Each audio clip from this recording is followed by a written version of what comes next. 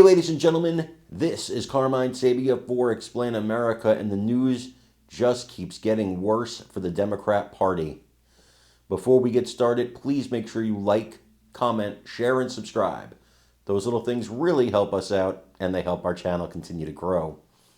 And if you're not watching us on YouTube, please check that address in the lower right-hand corner. It's youtube.com/@explainamerica, and hit subscribe absolutely free. It really helps us out. It's been bad for the Democrat Party, and it culminated, in my opinion, with President Trump's speech to a joint session of Congress where they just made themselves look horrible in the eyes of the country, in the eyes of the world.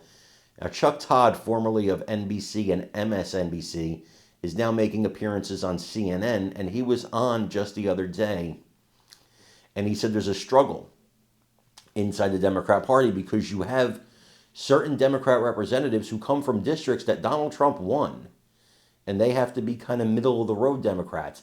And then you have Democrats from districts that you could run a glass of water, and if you say it's a Democrat, it's going to win.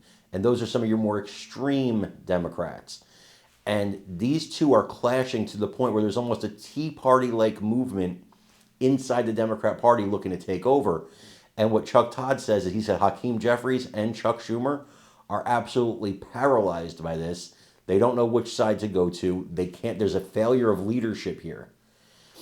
I think back to Nancy Pelosi, who I disagreed with on everything, but was a heck of a leader of her party in terms of keeping them together.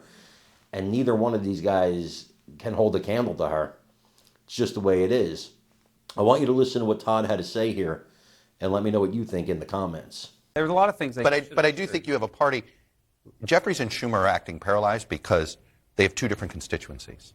They have ones who are worried about a left-wing Tea Party, and they should be worried about that because I do think this anger inside the base is real. Yeah. Then you have others who are like, hey, I won and Trump carried my state. Yep.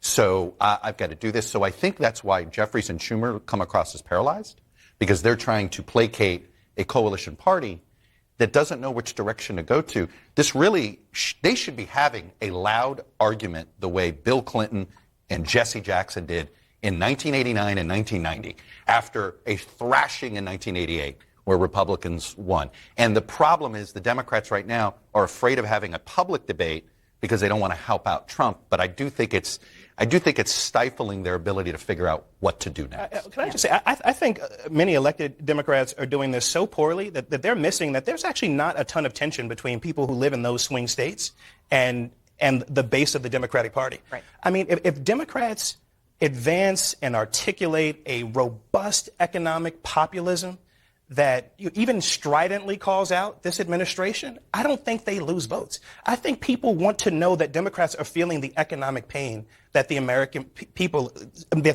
are feeling, rather, that Democrats understand that pain and that they're able to give voice to it. And that's actually one of the things that Bernie Sanders does pretty well.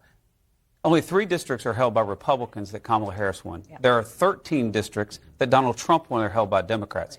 Democrats can't take the House unless they appeal to people who voted for Donald Trump. That's their challenge. All right.